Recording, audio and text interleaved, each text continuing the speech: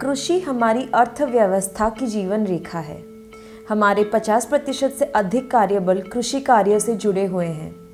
वैश्विक कृषि उत्पादन में हम दूसरे स्थान पर हैं, लेकिन हमारे पास और अधिक उत्पादन करने की भी क्षमता है। पिछले कुछ समय में हमने इस क्षेत्र में महत्वपूर्ण प्रगति देखी है। कृषि के आधुनिकीकरण ने जहां एक तरफ उपज को बढ़ाया, हमें तात्कालिक समाधान और संतुष्टि दी, वहीं दूसरी तरफ हमें इसकी कुछ कीमत भी चुकानी पड़ी। कृषि कार्यों में लागत बढ़ गई और आमदनी कम हो गई है। रासायनिक उर्वरकों और कीटनाशकों पर अधिक निर्भरता ने मिट्टी की उर्वर शक्ति और गुणवत्ता दोनों को कम कर दिया है। पहले की अपेक्षा अब हम सूखे और बाढ़ की स्थिति का अधिक सामना करते हैं।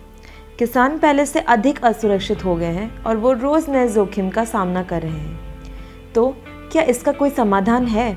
हाँ, इसका समाधान है वापस अपनी जड़ों की ओर लौटना, जिसे हम प्राकृतिक खेती कहते हैं।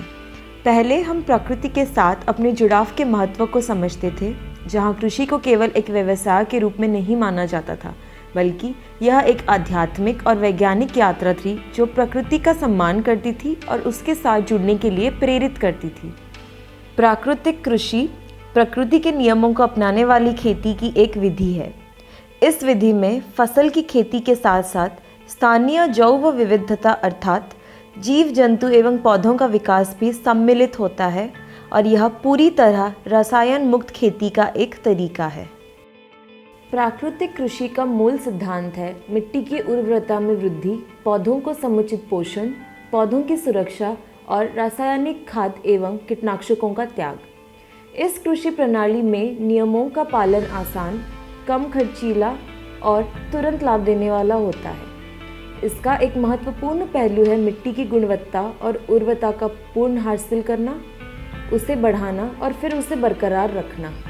प्राकृतिक खेती के 4 मूल सिद्धांत हैं: बीजामृत द्वारा बीज उपचार, घन जीवामृत एवं जीवामृत, अंत फसलों और फसल अवशेषों के द्वारा आच्छादन तथा वापसा।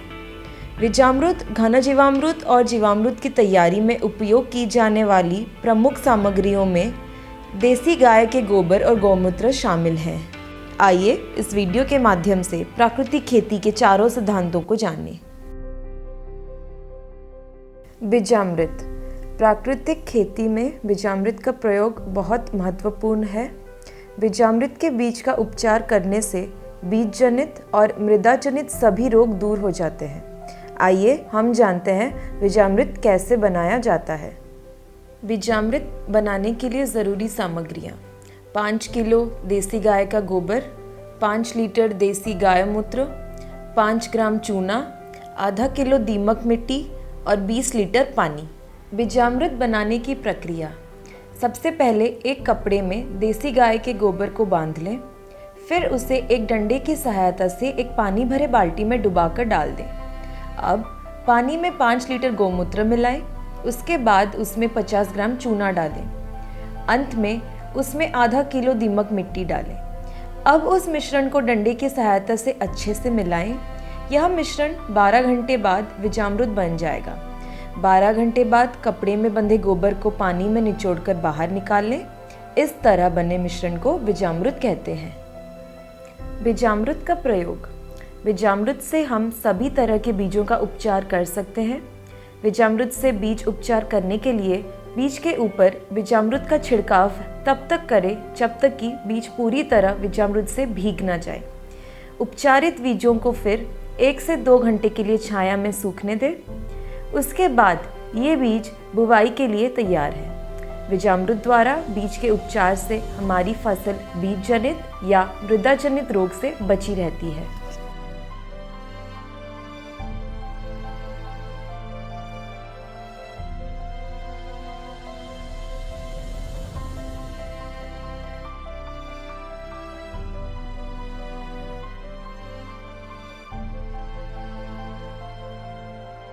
जीवामृत। प्राकृतिक खेती में जीवामृत का प्रयोग बहुत आवश्यक होता है। जीवामृत का प्रयोग मिट्टी की उर्वरता को बढ़ाता है और फसल के स्वास्थ्य विकास को सुनिश्चित करता है। आइए जीवामृत बनाने की प्रक्रिया और उसके प्रयोग के बारे में जानें।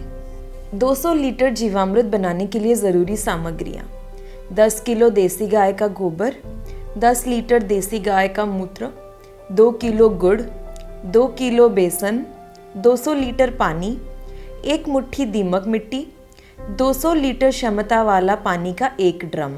जीवामृत बनाने की प्रक्रिया: सबसे पहले एक ड्रम में 200 लीटर पानी लें। उसके बाद 10 किलो देसी गाय के गोबर को पानी में डालें और अच्छे से मिलाएं। अब 10 लीटर देसी गाय के मूत्र को इस मिश्रण में डालकर अच्छी तरह मिलाएं।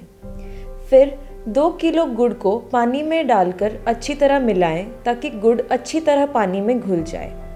अब मिश्रण में 2 किलो बेसन डालकर अच्छे से मिलाएं और अंत में इसमें 1 मुट्ठी दीमक मिट्टी डालें। इस मिश्रण को एक बोरी से ढककर छाये में 4 दिनों तक सड़ने के लिए छोड़ दें। इन 4 दिनों के दौरान इस मिश्रण को हर दिन 2 बार एक डंडे की सहायता से घड़ी की दिशा में घुमाते हुए मिलाएं। 4 दिनों बाद जीवामृत फसल पर प्रयोग के लिए तैयार है।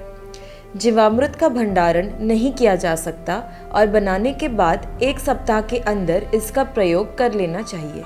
जीवामृत के प्रयोग की विधि: फसल में जीवामृत का प्रयोग कई तरह से किया जा सकता है। इसका प्रयोग फसल पर छिड़काव के रूप में कर सकते हैं। जीवामृत का प्रयोग सिंचाई के पानी में डालकर भी किया जा सकता है। इसका प्रयोग पौधों की जड़ों में डालकर भी कर सकते हैं।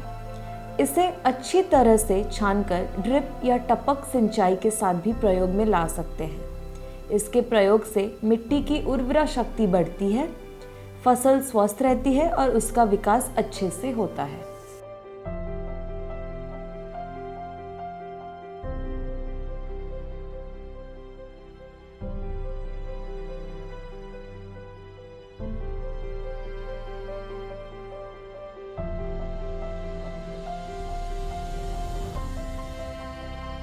घना जीवामृत: प्राकृतिक कृषि में घना जीवामृत का प्रयोग किया जाना बहुत महत्वपूर्ण होता है। घना जीवामृत के प्रयोग से मिट्टी की उर्वरा शक्ति बढ़ती है और यह फसल के स्वास्थ्य विकास को भी सुनिश्चित करता है। आइए घना जीवामृत बनाने की प्रक्रिया और उसके प्रयोग के बारे में जानें। 1 एकड़ खेत के लिए घना जीवामृत बनाने के लिए ज़रूरी सामग्रियाँ: 100 किलो देसी गाय का गोबर, पर्याप्त मात्रा में देसी गाय का मूत्र, 2 किलो बेसन, 2 किलो गुड़, 1 मुट्ठी दीमक मिट्टी। घना जीवामृत बनाने की प्रक्रिया: 100 किलो देसी गाय के गोबर पर गौमूत्र डालकर उसे अच्छे से मिलाएं। उसके बाद उस पर 2 किलो बेसन और 2 किलो गुड़ डालें। अब उस पर 1 मुट्ठी दीमक मिट्टी डाल दें। सभी सामग्रियों को अब अच्छे से मिलाएं। अब इस मिश्रण से छोटे छोटे उपले बना लें और उसे 1 सप्ताह तक छाया में सुखाएं। 1 सप्ताह तक सूख जाने के बाद ये उपले घना जीवामृत बन जाते हैं। इन उपलों को अच्छे से तोड़कर या चूर करके किसान इसका प्रयोग अपनी फसल में कर सकते हैं। घना जीवामृत को बनाने के बाद 6 महीने तक इसका भंडारण कर सकते हैं। घना जीवामृत के प्रयोग से मिट्टी की उर्वरा शक्ति बढ़ती है और यह फसल के स्वास्थ्य विकास को भी सुनिश्चित करता है।